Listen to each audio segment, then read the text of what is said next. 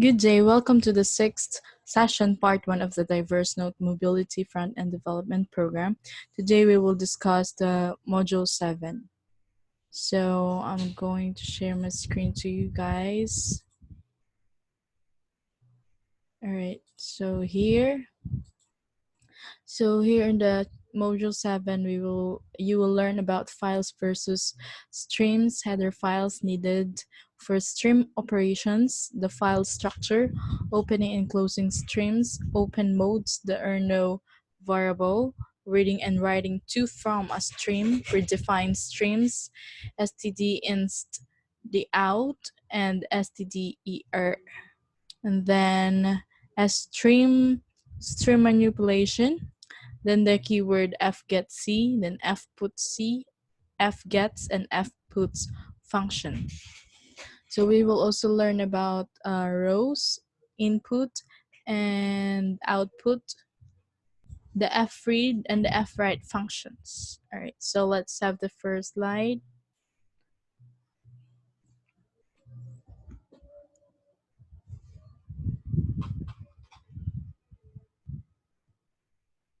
All right, so files containers for data. Note, please remember that the testing of file operations is possible only on your computer with your local IDE and or compiler. At this moment, online environments do not support working with files. One of the most common issues in a developer's job is to process data stored in files. Imagine a program that sorts 20 numbers and the user of this program enters these 20 numbers directly from the keyboard. Now imagine the same task when there are 20,000 numbers to be sorted. There's no user who is able to enter this number without a mistake. It is so much easier to imagine when these numbers are stored in this file, which is read by your program. The program sorts the numbers and doesn't send them to the screen, but creates a new file and saves the sorted sequence of numbers there. If we want to implement even the simplest of the databases, the only way to store the information between programs runs is to save it to a file. In principle, almost any programming problem relies on the use of files, whether it processes image, multiplies matrices, or calculate wages and taxes. So that is containers of data. Names of files. Different operating system can treat files differently. For example, Windows uses a different naming convention using Unix or Linux systems. If we use the notion of the canonical file name, we will notice that these names look differently in Windows and in Linux operating system. So this is in Windows and this is the Linux. So that is how the environment of them in different in Windows it is on command line. As you see, systems derived from Unix don't use the disk drive letter, example C and then colon, and all directories grow from one root directory code / or root. While Windows system recognize the root directory as drive underscore letter and then colon and then /. In addition, Unix system file names are case sensitive, while Windows systems store the cases of letters used in file name but don't distinguish their cases at all. This means that these two strings, this is the name of the file and this is the name of the file in all cases in lower cases, and this is on camel cases. Describe two different files in Unix but are the same name of just one file in Windows systems. The main and the most striking difference is that you have to use two different separators from directory names, / in Windows and / in Unix. This difference isn't very important for a regular user, but has great importance when writing program in C language.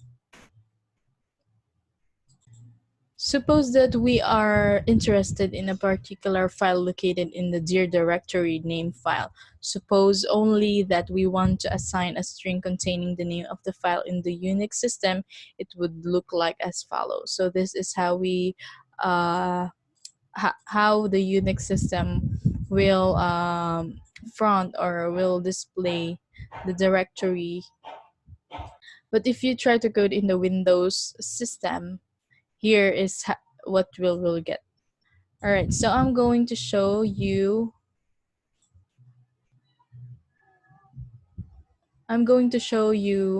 since I am using Windows system, I'm going to share you on how can I get that and how can I see that. Okay, so this is a command line. I'm going to type in the start button. I'm going to search CMD. Okay, just wait for a minute.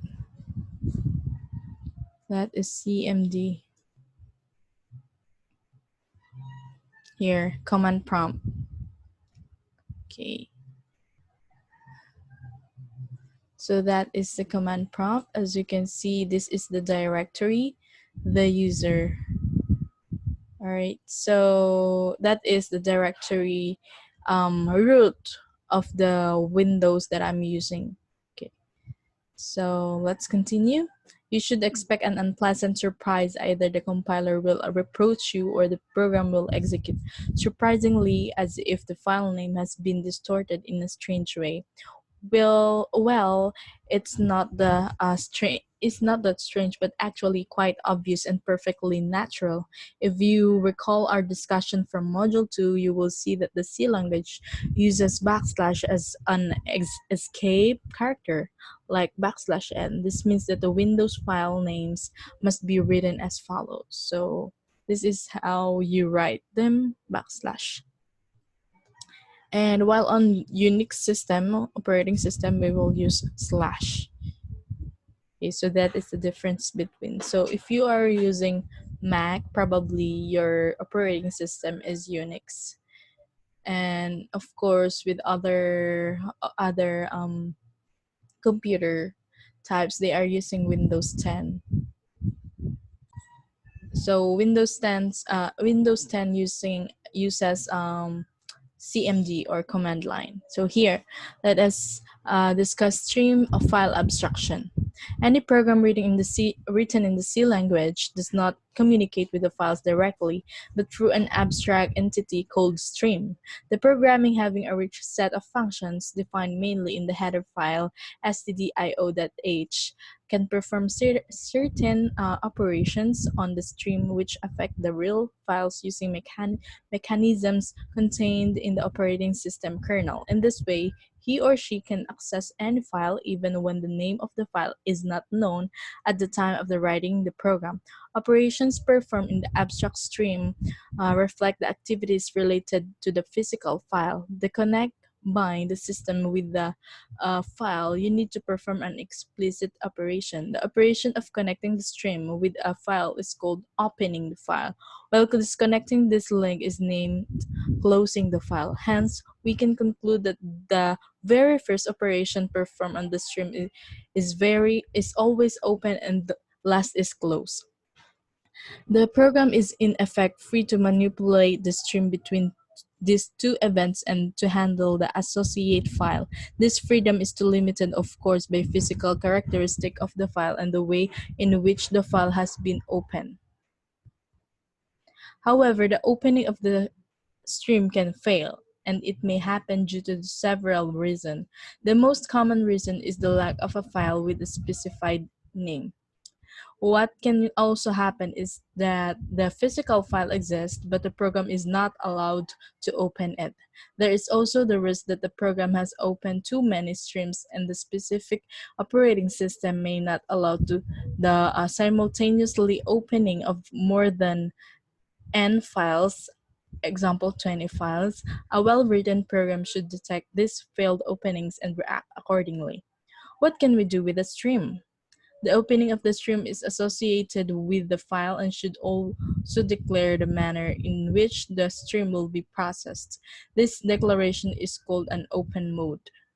If the opening is successful, the program will be allowed to perform only the operations which are consistent with the declared open mode.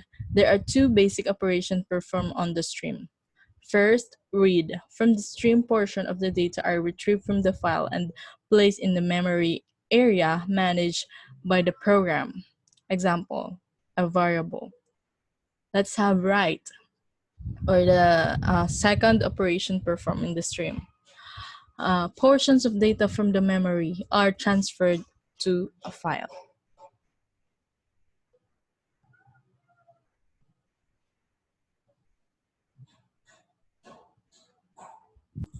How can we open a stream? There are three basic modes used to open the stream.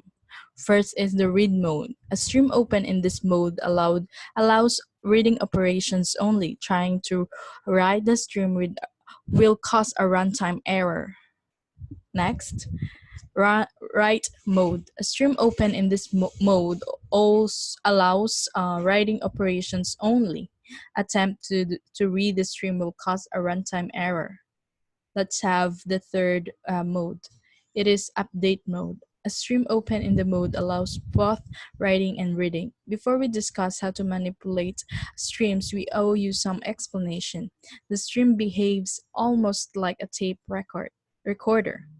When you read something from a stream, a virtual head moves over the stream according to the number of bytes transferred from the stream. When we write something to the stream, the same head moves along the stream recording the data from the memory. Whenever we talk about reading from and writing the stream, try to have this analogy in the forefront of your mind. The programming books refer to this mechanism as a current file position, and we will also use this term. It is necessary to understand the data type which is responsible for representing the streams in the program. So how do we present a stream in the program? The C language standard assumes that every programming environment should guarantee the existence of a type named file, which is used to represent streams in the program. The standard doesn't say at all how this type is declared because different operating system and hardware platforms may require different data to describe the state of the stream. From the programmer's perspective, the way in which the file is declared is completely irrelevant. The programmer will never use the data directly, but only through library functions. The developer should never be tempted to manipulate data of this type. A variable of type file is created when you open the file and annihilated at the time of closing. Between these two events, you can use this data to specify what operations should be performed on a particular stream. However, due to the definition of the function which operates on this data, the program doesn't use variable of this type file, but instead uses pointers to them. The file type is defined inside stdio.h header file. Any program using a stream needs to include this file. How about binary streams versus text streams? Due to the type of the stream's content, all streams are divided into text and binary streams. The former are structured in lines, that is, they contain typographical characters arranged in rows or lines as seen in the naked eye when you look at the content of such a file in the editor. This file is written mostly character by character or line by line. The latter don't contain text but rather a sequence of bytes of any given value. This sequence can be, for example, an executable program, an image, an audio or video clip, a database file, etc. Because these files don't contain lines, the reads and writes relate to portions of data of any size. Hence, the data is read or written byte or byte by byte or block by block, where the size of a block usually ranges from 1 to an arbitrarily chosen value. But there's a small problem here.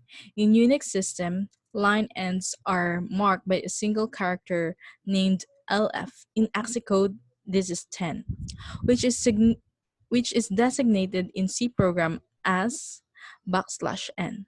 Other operating systems, especially this derived from prehistoric CP or M system, use a different convention. The end of the line is marked by a pair of characters CR and LF, codes 13 and 10, which can be enclosed as \r or \n. This ambiguity can cause various unpleasant consequences if you create a program responsible for creating a text file and you write it for Windows. You can recognize ends of lines by finding \r or \n characters, but the same program compiled and run in the Unix environment will be completely useless, and vice versa. Such undesirable features of the program which prevent or hinder the use of the program in different environments is called non-portability. Similarly, the trait of the program which allows compilation and execution in different environments is called portability.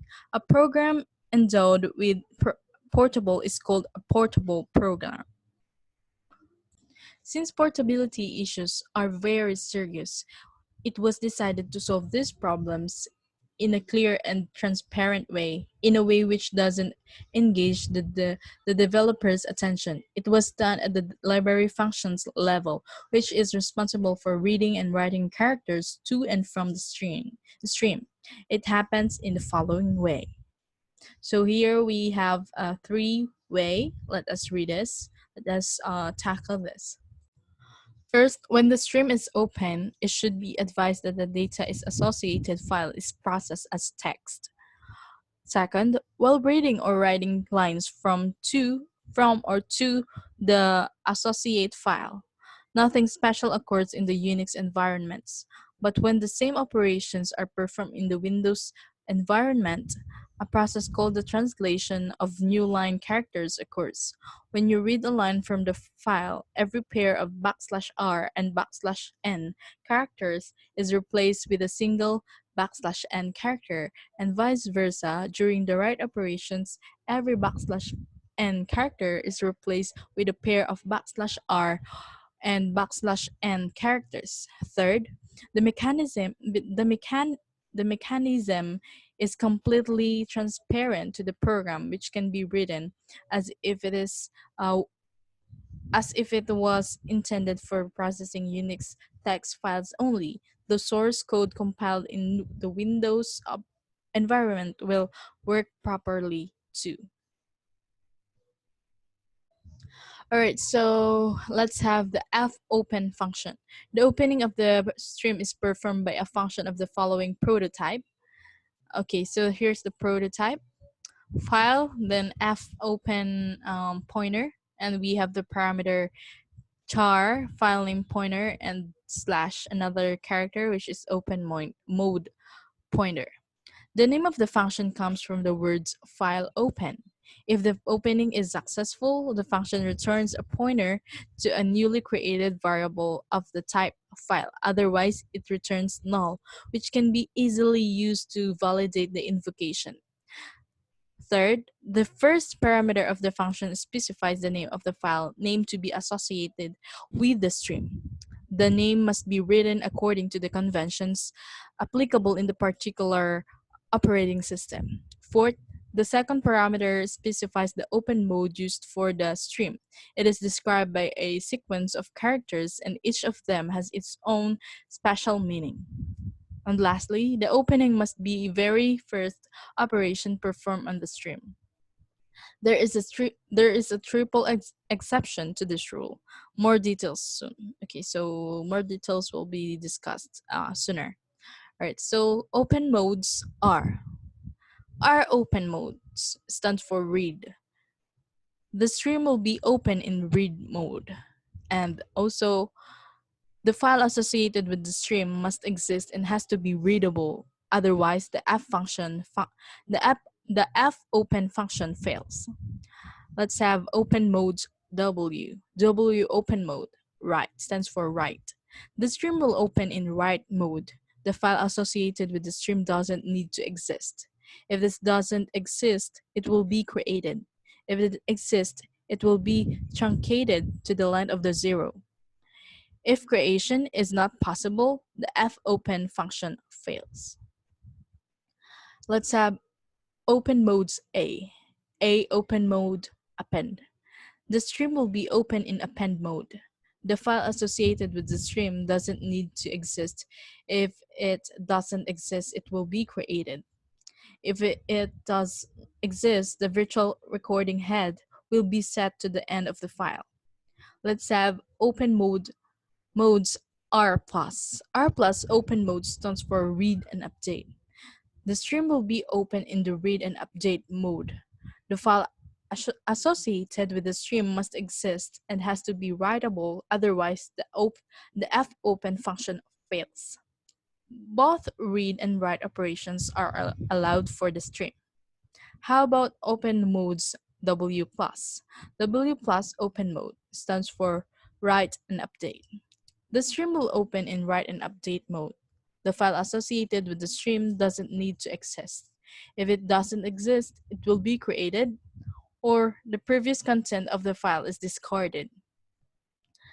And both read and write operations are allowed for the stream. Let's have specifying text and binary modes. If the letter B is at the end of the mode string, it means that the stream is to be open in binary mode. The default behavior when no binary or text mode specifier is used is to open the stream in text mode. Some compilers can specify that if this mode strings end with the letter T, the stream is open in text mode. Also, opening a file in text mode is necessary for programs running on Windows systems, but optional for programs designed for Unix environments.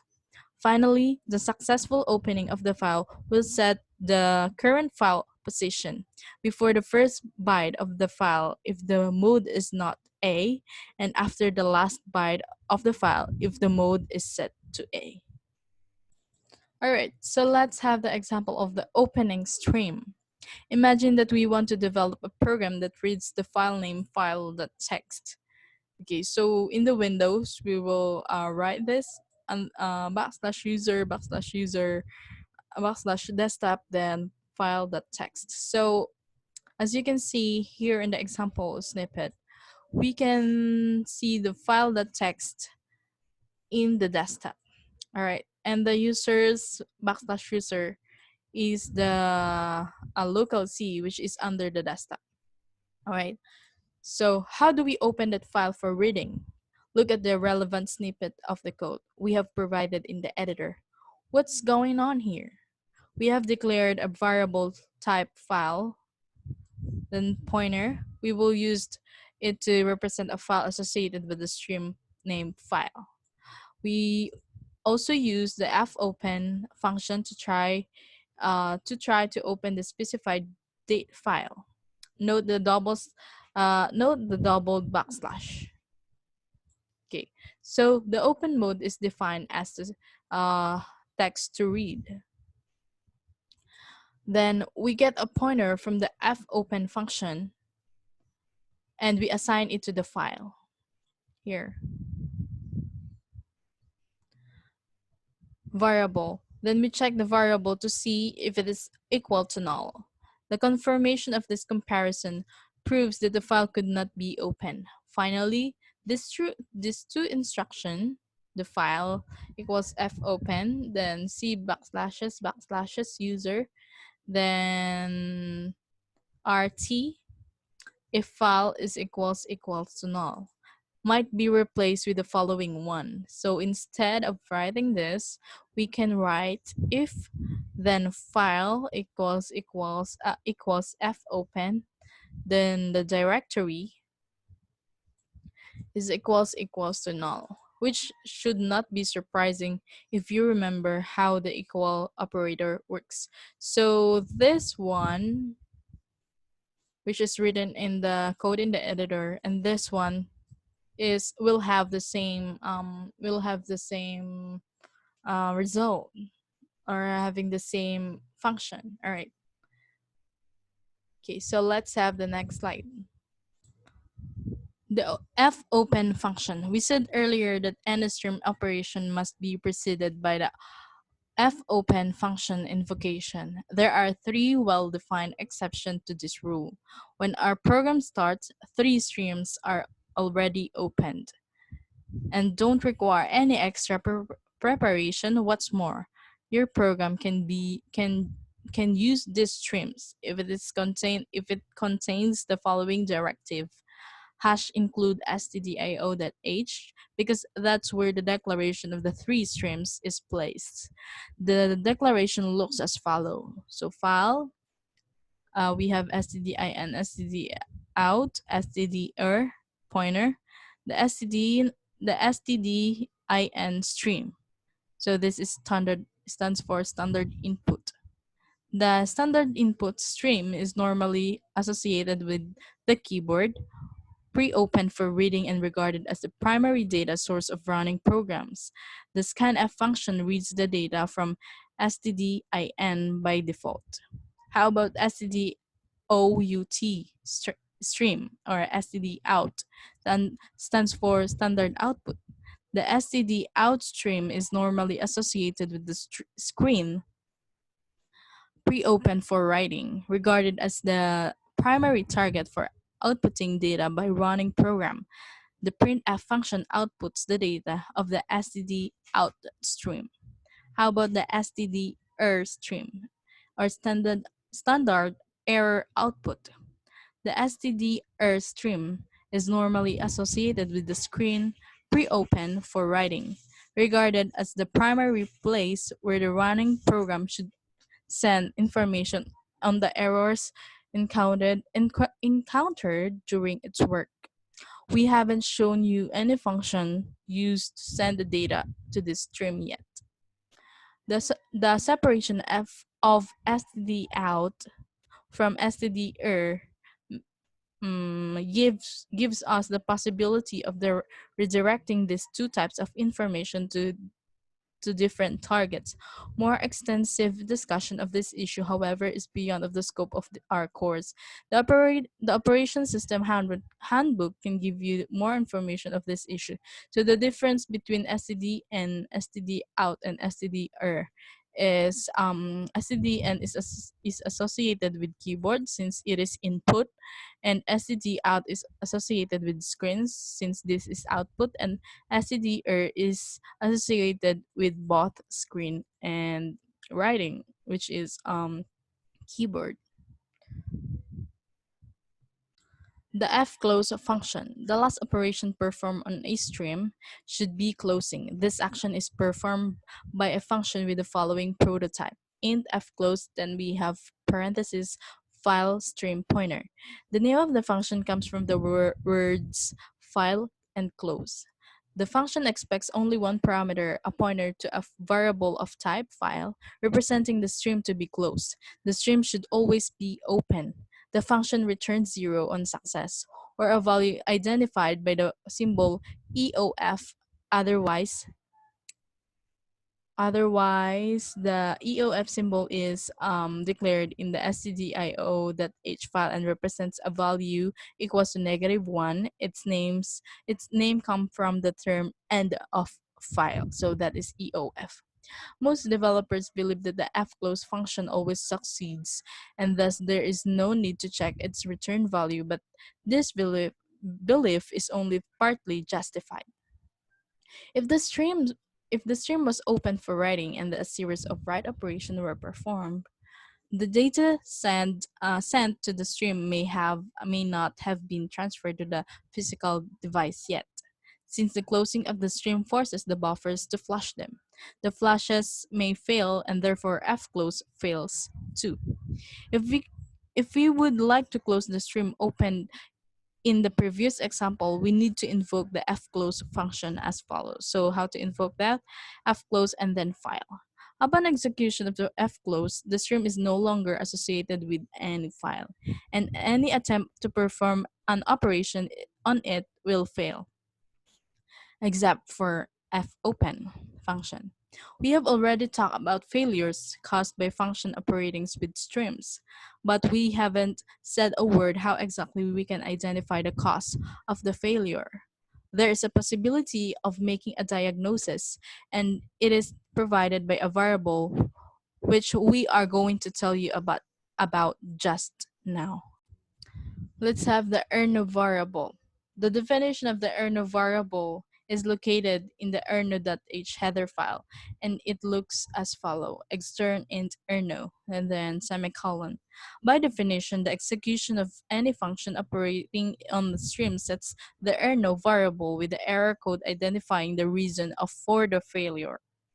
The value of the erno variable can be compared with one of the predefined symbolic constant, which provide a basis for determining the actual reason for the error. So here are the couple constant useful for detecting stream errors. We have e-access, permission denied. This error occurs when you try, for example, to open a file with a read-only attribute for writing. How about the error e-bad-f? So this stands for bad file numbers. This error occurs when you try, for example, to operate with an open stream. How about e-exist? Stands for file exist. This error that occurs when you try, for example, to rename a file with its previous name. So no duplication of the name. So let's have ef big, file too large. The errors occurs when you create a file that is larger than the maximum allowed by the operating system. How about EIS dir is a directory. This error occurs when you try to treat the directory name as the name of the ordinary file. And how about EM file? Means too many open files. This error occurs when you try to simultaneously open more streams than acceptable for your operating system. How about ENOENT? No such file or directory. This error occurs when you try to access non-existent file or directory. And lastly, ENOSPC. No space left on device. This error occurs when there is no free space on the media. The complete list is much longer. So this it also includes error codes not related to stream processing. So here's the useful detecting stream errors, right? Okay, so if you are a very careful programmer, you may feel the need to use a sequence of statements similar to those shown in the editor. So here is an example closing stream, opening and closing stream. So file, we have the syntax file and then open fopen function, and inside this we have if else, and then we have the switch uh, statement, conditional statement. For now, we haven't discussed the switch statement. Maybe on the next module we will discuss it. This is just like if else statement. All right, so let's have the next slide. So fortunately, there's a function that can dramatically simplify our error handling code. It is called strError. Its prototype is located in the string.h file, and it looks like this: char strError and then int error num. Its rule is simple. You give an error number and you get a pointer to a text describing the meaning of the error. If your operating system and your programming environment are properly localized, you will get the text in the local language. Otherwise, expect the text to be English. Now we can simplify our code. Look at the snippet in the editor. So we have the case here. So this is a ENOENT, stands for the file doesn't exist, and EM file. You have open too many files. So that we can add all of the error that we have seen earlier in the table. that we have discussed. Just like you are going to have the switch conditional statement, and you will have the parameter. And for now, we will use the erno variable here, and let's have um, we can have many case or some case or more, right? The f get C function. The f get C function reading one character from the stream. Now we are going to talk about the set of functions used for reading from the stream. Some of them are very simple, some are more complex. It depends on the purpose of the function and on its goals. The first is f get C function. Its prototype is here. All right, so here's the prototype. Int f get C, then file, then have the pointer stream. The function name comes from the words file and get character. The function expects one parameter of type file. Asterisk, the parameter must be pointer to a stream opening for reading or updating. The function attempts to read one character or byte from the stream identified by the parameter. If possible, the function returns the code of the retrieved character as it results. It will be a number out of the 0 to 255 range. The current file position moves one byte towards the end of the file. If the attempt fails, fgetC returns the value of EOF, or end of file -1, and the file position is not changed.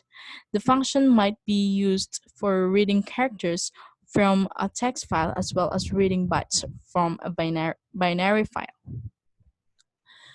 And there's an additional function with the following prototype. There's an additional function. We have int get char and void, and if get and it causes the same effects of the following invocation. So fgetC, then std, and in. The first function is used for reading single character from the std in stream. The fgetC function reading one character from the stream. Let us try to write a simple program whose task is to copy the contents of any file to the screen. We assume that the name of the file is copied is given to the program's argument.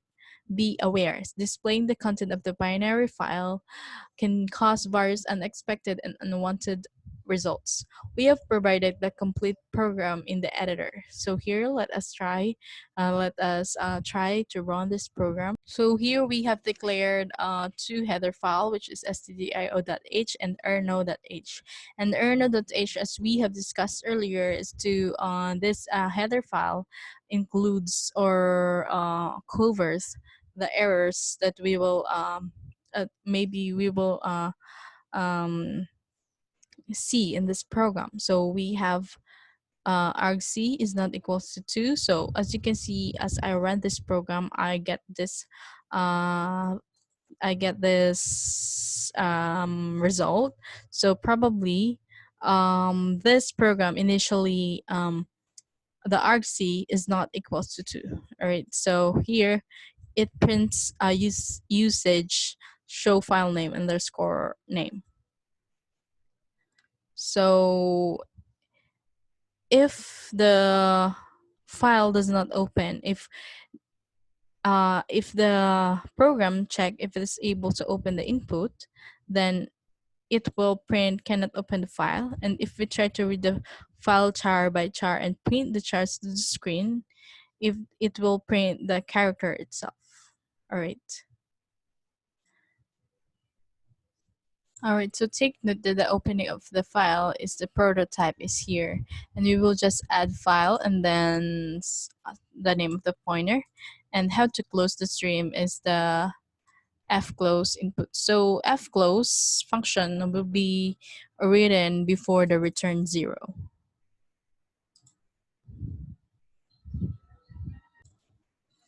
The fgets function. The fgets function reading one string from the stream. The prototype of fgets is shown here. So here's the prototype.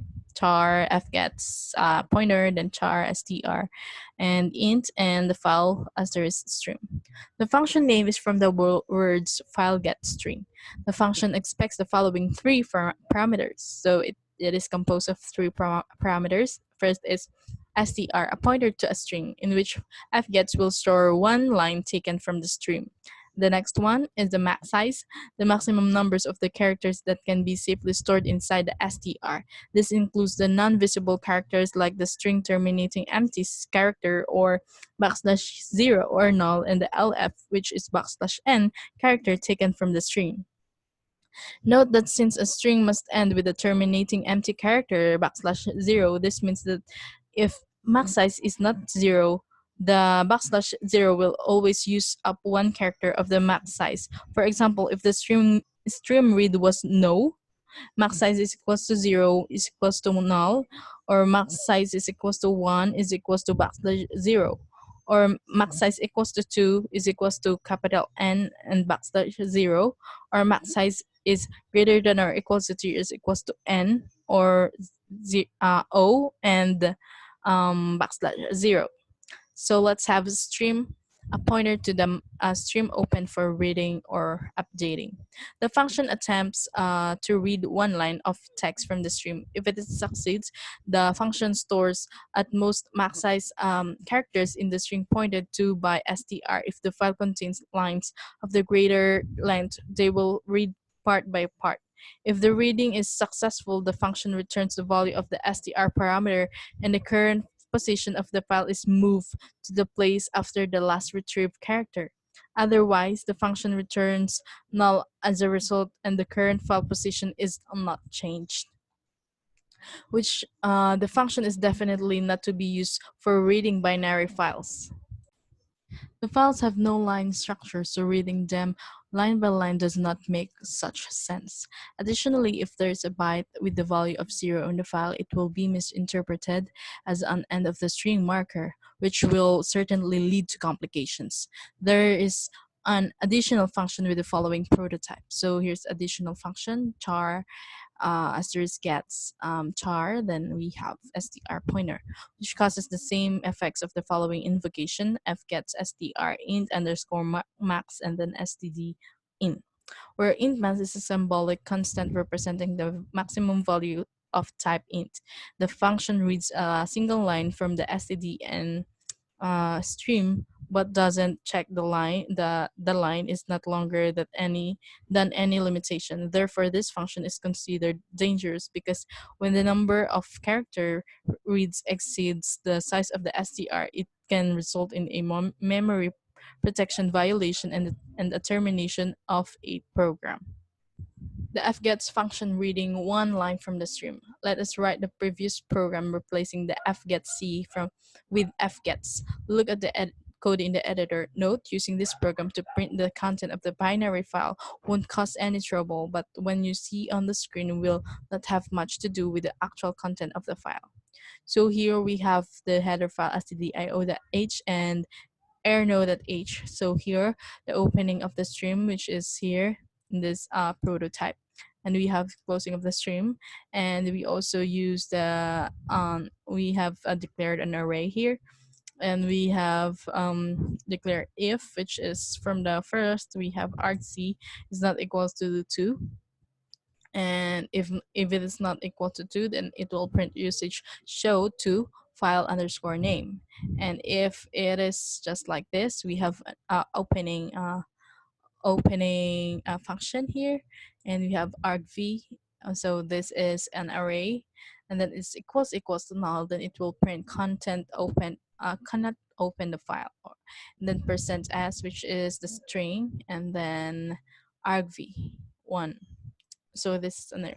So we have a while loop.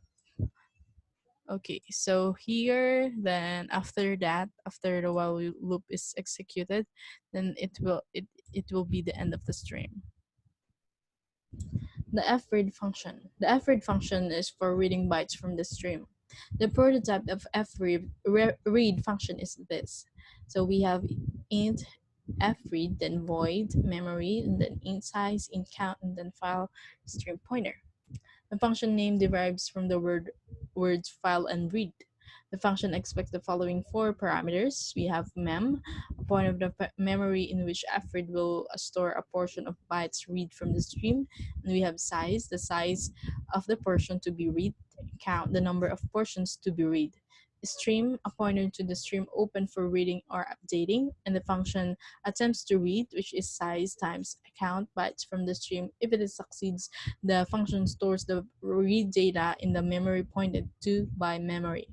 The function returns the number of successfully read portions it may, but does not have to be equal to the count value. A value of 0 says that the function was unable to read any portion. The current position of the file is moved to the place after the last read byte.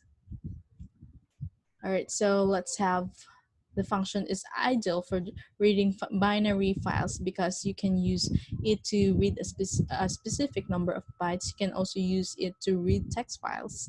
But if you want to treat their contents in lines, it falls on you to find the ends of the lines, which can be both embarrassing and annoying. The fgets function is much handier for this. The fread function uses two parameters into specifying size of the data to read, size and count. How to deal with it? Imagine that there is an int value in the binary file.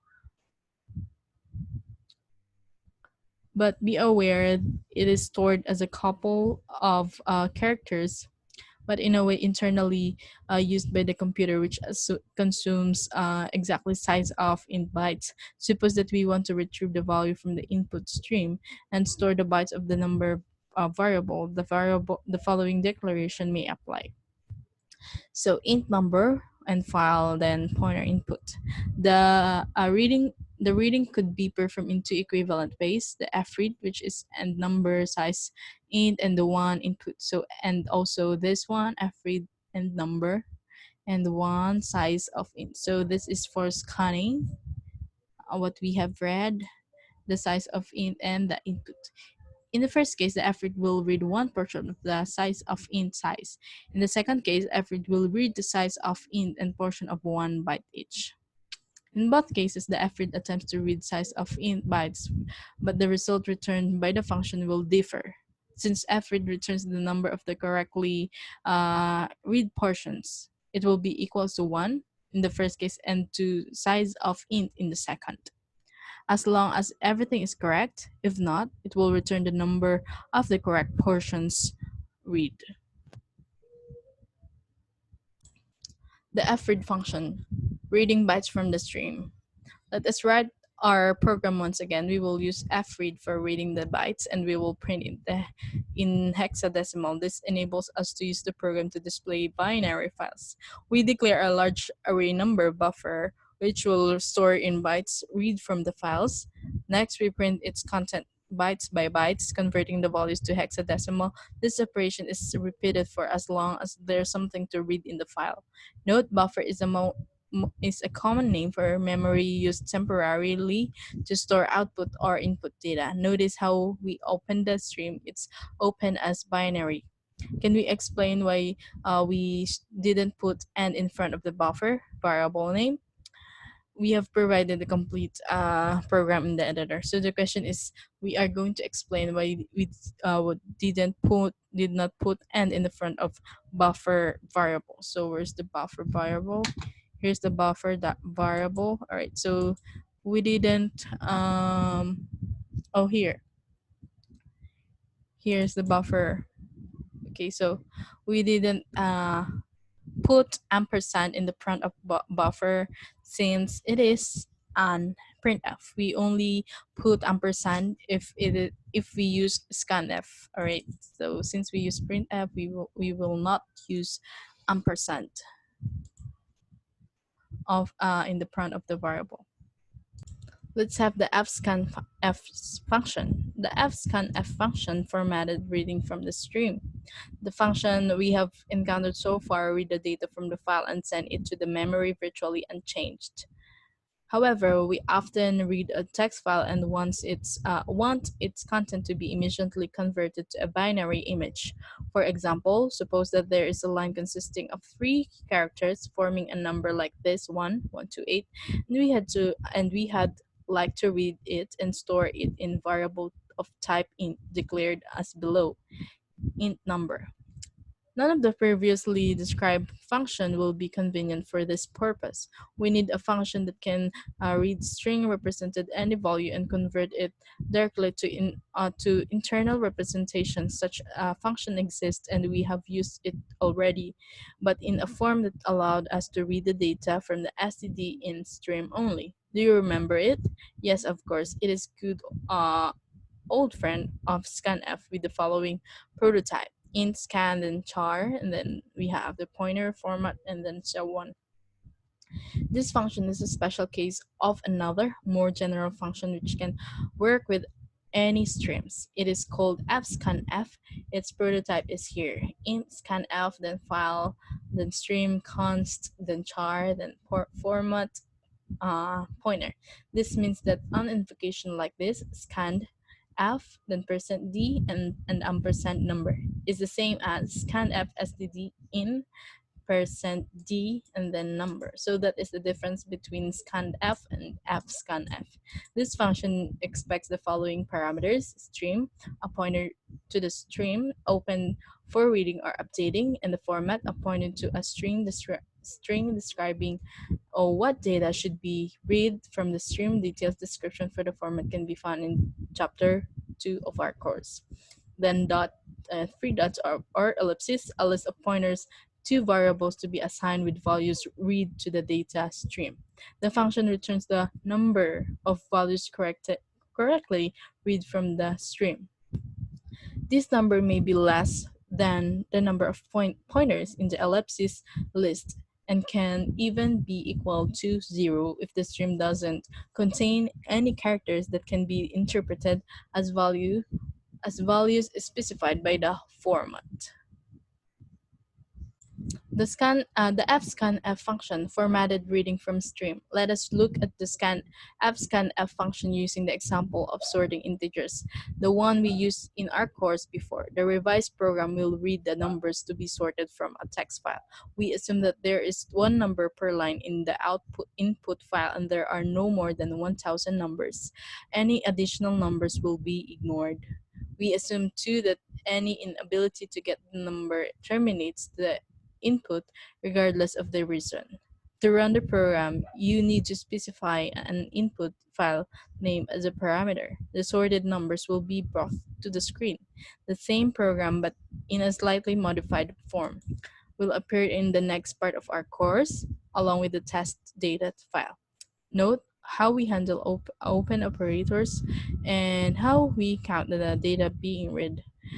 We have provided a complete program in the editor. So if you like to run the program in your IDE, you can download this file. So this is a source file from .c file. This is the numbers. So I think this is the header files.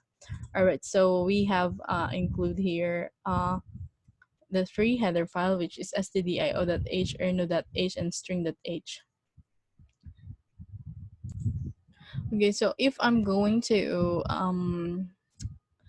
check run this program, so it is said that it will print usage in star input underscore file. And there are no 1,000 number or any additional numbers will be ignored. See, and we have also included here another if statement, which includes fopen function, and we have an array and rt is equals to none. And if that happens, it will print cannot open, then we have the string, right? So that is just, here we have the while loop, and this is the increment for number read. Okay, so as you can see, we have numbers is equals to if equals to 1,000. So any additional numbers will be ignored. Okay, so and if numbers is equals to 0, it will prompt no numbers can found in the files. All right, so let's have the next slide. Let's have the fputc function. The fputc function writing one character to the stream. It's time for a set of complementary functions designed to write data to the streams. The first is fputc. Its prototype is represented here below. Int fput, then it's int char, then chr, and then file, then stream pointer. The function name comes from the words file and put and c and character. The function expects two parameters only. It is SCSHR, the code of the character, to be output to the stream, and stream, a pointer to the stream open for writing or updating. If the function succeeds, it returns the CHR character code as its result.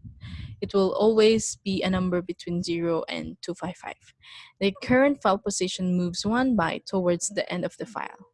If the function fails, fputc returns the value of EOF to -1, and the file position is not changed. Otherwise, the function returns null as a result, and the current file position is not changed. There is an additional function with the following prototype: int putchar, and then we have int schr, and then which works exactly in the same way as following. So we have fput c, and then chr, and then std out, as is used for writing one character or byte to the std out stream. So they have the same function anyway. You can use any of them. So let's have the next one. The fputc function writing one character to the stream. Let us have a look in the fputc function using somewhat more complex program. It will copy the contents of one file to another in a way that is more or less similar to the copy command in Windows or CP in Unix. Our program will be interpret in its argument in the same way. The first is the name of the source file. The second is the name of the target. Analyze the following aspect of the code. The modes that we used to open input and output streams, and then the error action of the errors occurring while writing the output stream.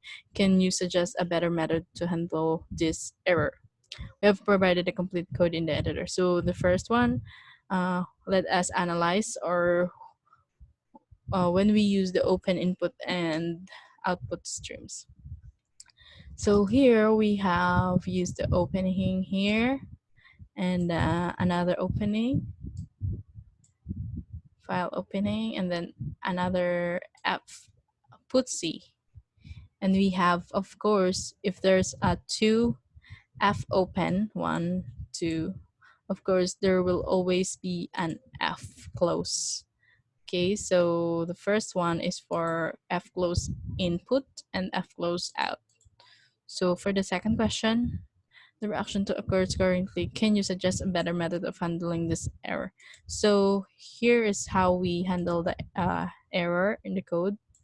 But all right, so here here is how we handle the record. We cannot open. Okay, so just like we have discussed earlier, we can use a switch case file.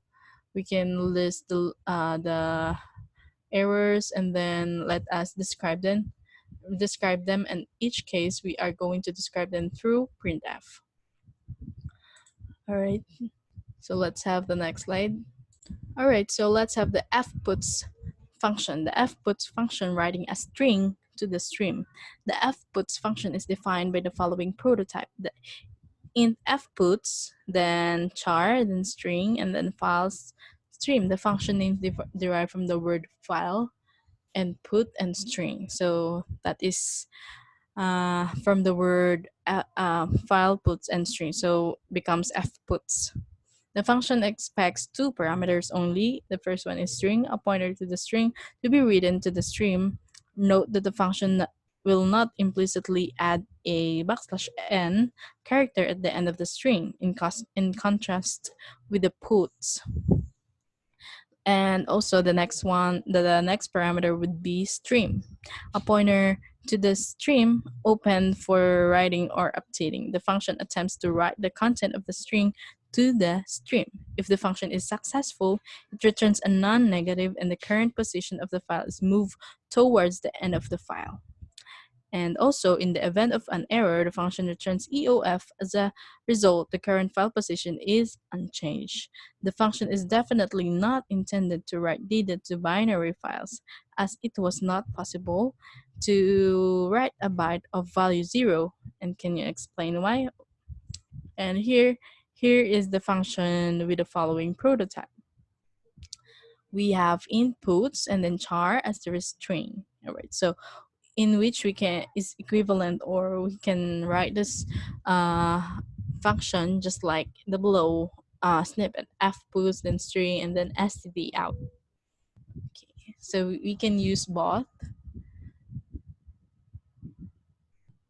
but the difference is on the first snippet we use puts, and the second one is we use the f puts function.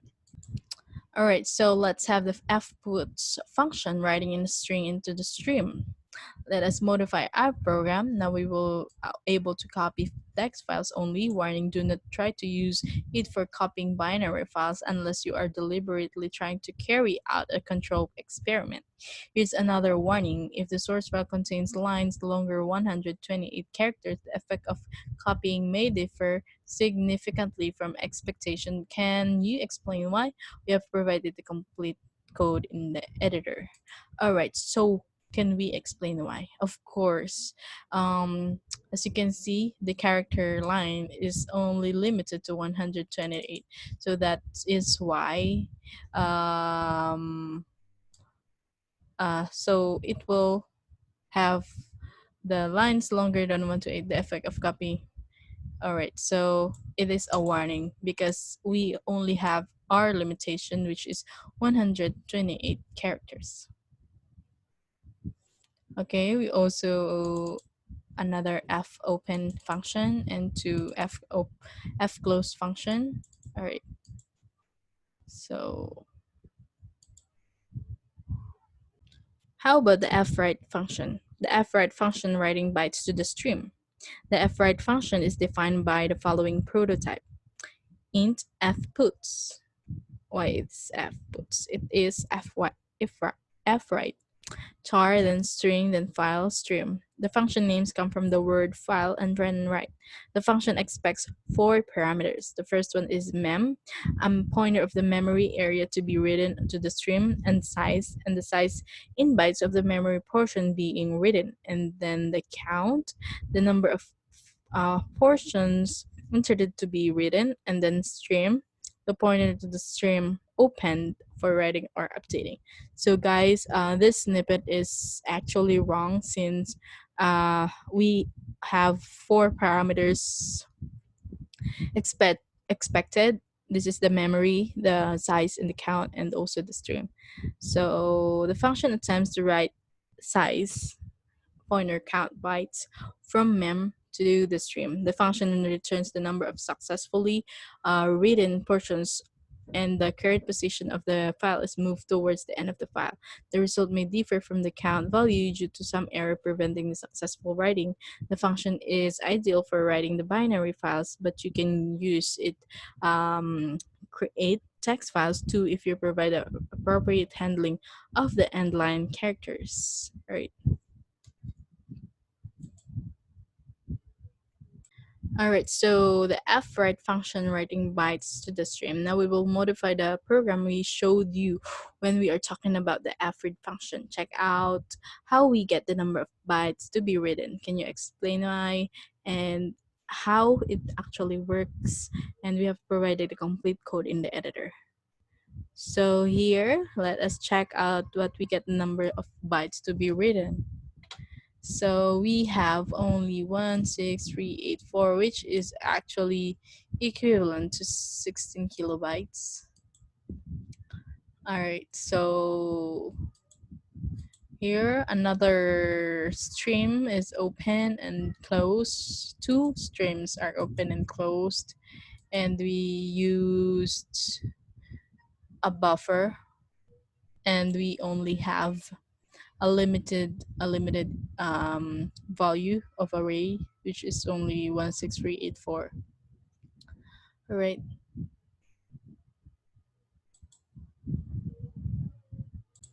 The fprintf function, the fprintf function formatted writing to the stream. This function is closely related to the old friend printf function, but it's more versatile. Printf can only write to a std out stream, while fprintf can write or of to any stream. As you probably remember, the printf function prototype is as follows: in printf, then char, and then format pointer. Okay, so you should be able to guess the fprintf function prototype looks as follow. It's int fprintf, then file asterisk stream, then char, and then format pointer. This implies the invocation printf %d in the number is a functional equivalent to the following invocation. We have fprintf std out, then %d, then number. We are just going to add std out here and add comma before the %d, enclosed with double quotes. All right. So the function expects the following parameters. First is stream, a pointer to the stream open to the writing or updating. The next one is format, a pointer to a string describing the data to be written to the stream. And then the ellipsis, a list of expression or more, whose values will be converted into the human readable form and written to the stream. The function returns the number of characters correctly written in the stream. This function enables us to send errors directly to the std error stream, which is, as you already know, both encouraged and welcome. So here we have the sample code in the editor, the fprintf function formatted writing to the stream. Let's modify the sorting program which once served as GNOME pig for our experiment in the fscanf function. The revised program will not only read the numbers from a text file, but will also save the sorted sequence in another file. Of course, it would be read in the output file where not one from which the input data was read. Additionally, the program writes its error message to the std error stream, as we have previously assumed that the numbers are stored once per line in both the input and output files. To run the program, you must specify the file names as arguments. We have provided the complete code in the editor. All right, so in order to run this, we are going to specify the file names of the every argument.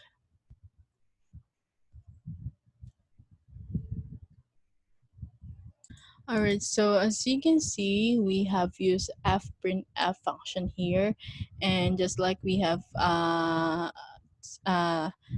discussed earlier, that the syntax for fprintf is the std which is the stream, and then the value inside the parentheses. This is coded double quotes. All right, so also here, just to take a look, stdr then cannot open, and then here the arguments. Okay, and then we have a parameter and argument with a parameter. Okay, so how many stream do you think is open? Okay, can you guess? Okay, let us count them. One, two, then only two, because we only have two f close here. Okay, so as you can see, if we are going to analyze this code in the editor, we have the main function here. Okay, so after that, we have declared all the data type that we need inside this program, and then we start using those function of the streams. All right, so let's have the ftel function. The ftel function getting the stream's position. We have already mentioned several times that the current file position, but we haven't said anything about how to affect the position directly, performing neither writing nor reading operations. This can be done with the help of two functions. The first specifies the current position of the file. The position is counted from the beginning of the file, and we assume that when the file is open in a mode other than A, it's equal to 0. This function has the following prototype: long ftel, and then a file, then string. The function name comes from the word file and tel. The function expects one parameter only, which is pointed to the open stream. The function returns the distance counted from the beginning of the file to the current file position. Thus, the first byte of the file is located at the position 0.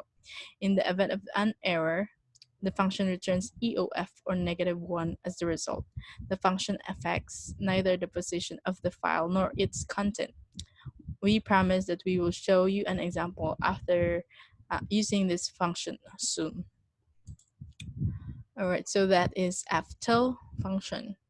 All right, so let's have the next function, and this is function. The f the fseek function, which is the setting the stream's position. The fseek function allows us to set the current position of the file. If the setting is successful, the next read or write operation will affect that very position. For that reason, this way of manipulating file is often referred to as random access as opposed to sequential access, where data is written or read in consecutive order. So this function has the following prototype: int fseek, then file, stream, long, offset, then int once. The name of the function comes from the words file and seek. The function expects the following three parameters. The first one is stream, pointed to an open stream. The second one is offset, a value describing the target position, maybe negative. And the next one is whence, a value indicating the reference point, saying how the new position is to be calculated. Usually the role of this parameter is played by one of three symbolic constants. And we have seek underscore set. The offset parameter specifies the position calculated from the beginning of the file. We have seek underscore cur. The offset parameter specifies the position calculated from the current file position. And the last one is seek underscore end. The offset parameter specifies the position calculated from the end of the file. In the end of an error, the function returns EOF to -1. Otherwise, the return value is 0. The function obviously affects the current position of the file. Be aware that not all files allow the setting of the current position. The most obvious examples are the file associated with the stdin and stdout and stdr streams. Setting the position is also impossible for streams associated with the devices which operated sequentially, like keyboard and printer. All right, so the fseek function setting the stream's position. Let us look a few simple example here. We assume that the following declaration is active, which is file, and then asterisk file. Okay, you can see it here. After declaring the main function, let us perform some fseek invocation describing their effects. So let's have fseek f0, and then fseek seek underscore f and a set. All right, so sets the file in the starting position. So as we already mentioned, that seek underscore set is in the starting position, and then sets the file f set f then 100 seek underscore set sets the file at the 100 byte from the beginning of the file. So let's have fseek f0 seek underscore end, then sets the file at the end. And how about the fseek f then 0 seek underscore cur? Does not change the position of the file. Why? Because it is on the current in the current position, right? Because cur stands for current.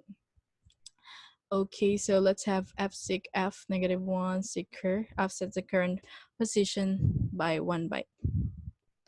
Okay, so now we will show you an example of a simple program showing the total size of a file. This program expects the number of the file as an argument. You will either get the size of the file or an error message. We have provided the source code in the editor. So as we are going to right here, okay, so it is expected to get an error message. Okay, so as you can see, we have used the fsig function here, and we have located the file at the end. Okay, so we only use once the fsig function in this example code in the editor. Rewinding the stream. This function is a kind of archaic artifact from the good old days when magnetic tape storage devices were in common use. These devices could not perform random access, and you had to rewind the tape to the beginning for it to be reread and rewritten to. The rewind function has the following prototype: void, rewire, then file, then stream pointer. And when invoked, it plays the same role as the following fsig invocation, fsig then stream 0 sig underscore set, except the fact that the rewind does not return any value and it doesn't set the errno variable. So the difference between rewind function and fsig function is that the rewind function does not return any of the value, and it doesn't have any errno function. All right, so let's have checking the end of the file. A few words of explanation are necessary here. The end of file or EOF state occurs when there's nothing more to read in the files. We are used to discovering EOF states indirectly. We just try to read the stream, and when it fails, we assume that EOF has already occurred. In other words, we act somewhat forcefully, not even asking if the read operation is feasible, but we can do this in a more careful way. We can ask if there's something to read and then read it. There is a function called FEOF designed for just such a purpose in FEOF file stream then pointer. This function returns a non-zero value if the stream is in the EOF state, and otherwise the return value is 0. Let us try to use this function in a short snippet taken from one of the previous programs. We will carefully read the input file in the following way.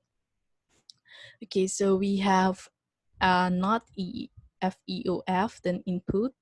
We have the parameter input, and here F gets, then line, size of, then line, then input. We have F puts, and then line, and then output. So that is how we check a file using FEOF. All right, guys, so I think we are going to pause this session now, and this concludes the 6th session, part 1 of the Diverse Note Mobility Front-End Development Program. And for Lab 1 to 3, we are going to tackle it in the 6th session, part 2 of the Diverse Note Mobility Front-End Development Program. Have a good day, guys, and thank you very much.